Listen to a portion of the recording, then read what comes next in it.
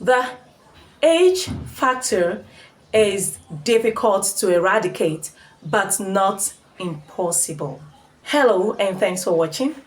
My name is Bridget. On this channel, I teach grammar, compositions, and other problematic topics in English. So today we're looking at how to eradicate the age factor. So what is age factor?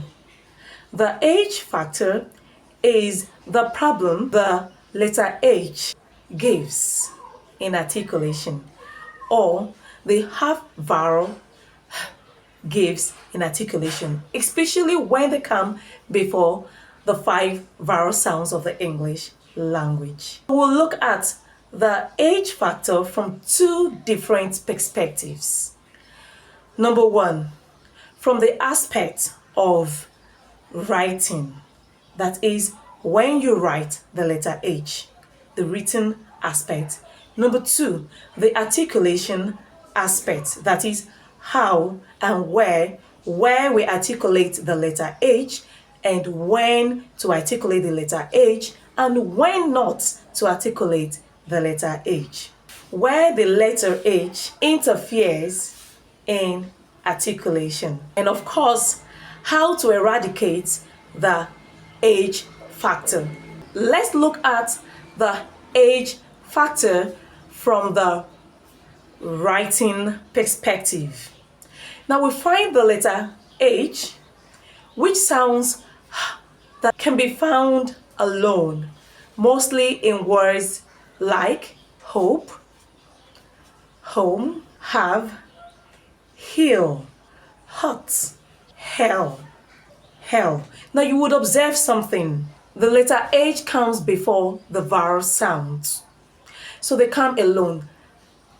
Letter H can as well come as digraphs. That is, where the letter H comes with or together with another letter. For example, words with PH, as in shepherd, phosphorus, loophole. Now, one would observe that because of the presence of the letter H in them, we find it difficult to pronounce the words correctly. For example, you would hear someone pronounce the word shepherd by adding the letter H sound. And then one would pronounce phosphorus as phosphorus, just to add the letter H sounds. And loophole, because you don't want to sound repetitive, you tend to ellipse the letter H sound by calling it loophole. Now, when you tend to remove the letter H sound from a word that ought to have the letter H sound, it is called deaffectation. But in a situation whereby you add the letter H sound to a word, for example, egg, it is called affectation.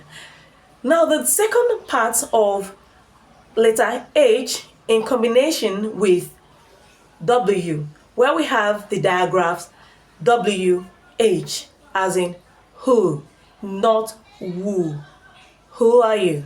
Not who are you? In the WH elements, such as who, whom, whose, where, when, where, why, etc. Similarly, the letter H combines with the letter T. For example, we have the TH factor, the voiced and the voiceless sound. I've looked at this in one of my videos. It is in the link below. Please click on the link below to watch how to articulate the letter TH sounds. Coming back to how the combination of the letter TH affects our age factor. Most African languages tend to have aspirated letter to T, so we tend to intrude it in our pronunciation. For example, we have the word teen, instead of thin, or them. We tend to add "er" to it. That is the age factor to it. Moving on to the second aspect of the lesson, where we look at the age factor in the aspect of articulation. That is actually where the problem is. Now we'll look at the realm of articulation in two ways.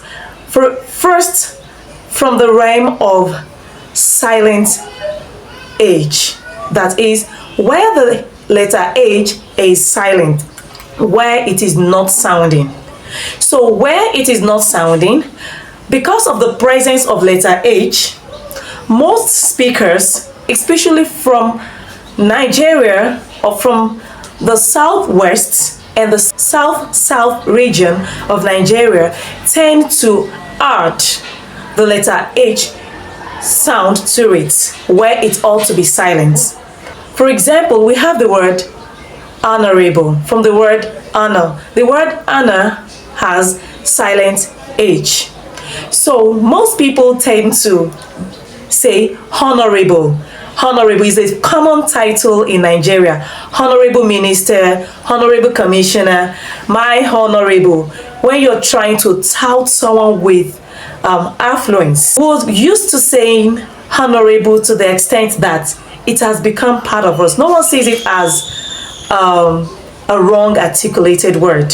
So would we then say that it is wrong or is a variant? So let's look at other words with silent H. Instead of how.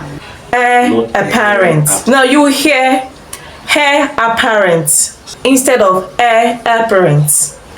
We have it in honest. Be honest, not honest.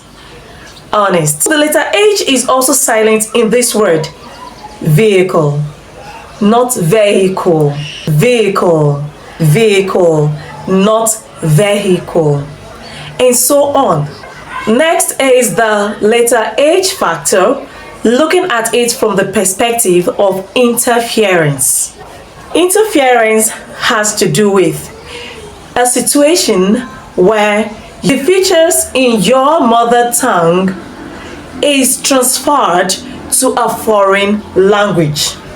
In this situation, we have the mother tongue in the southwest of Nigeria, where every environment where we find the letter E at the initials, you tend to add aspiration to the words.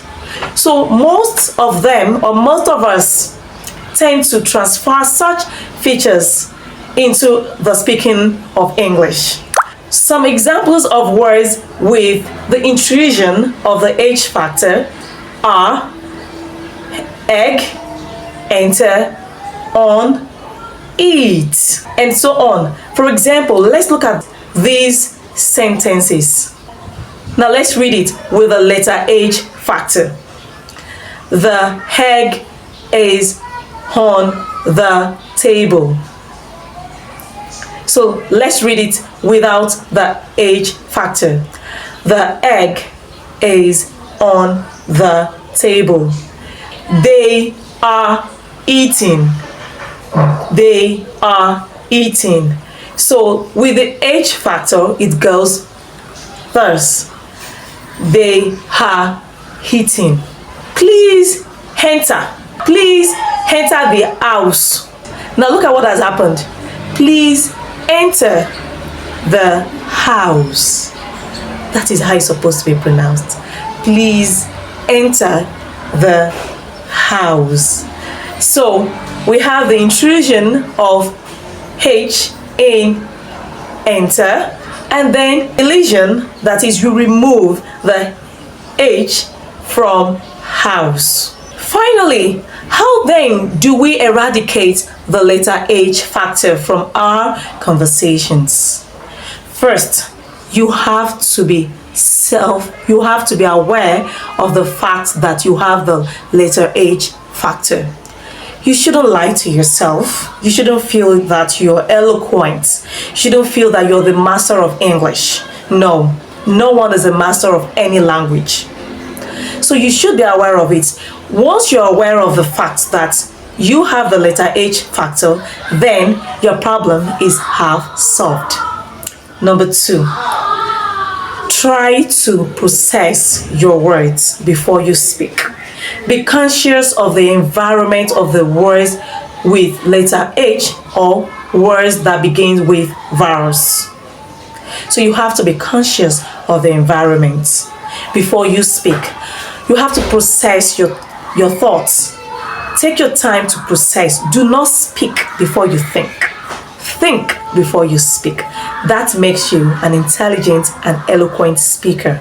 Third, you must be conscious of words in English with the silent H, so that you don't go around adding H to such words such as honor instead of honor, hour instead of hour, and so on.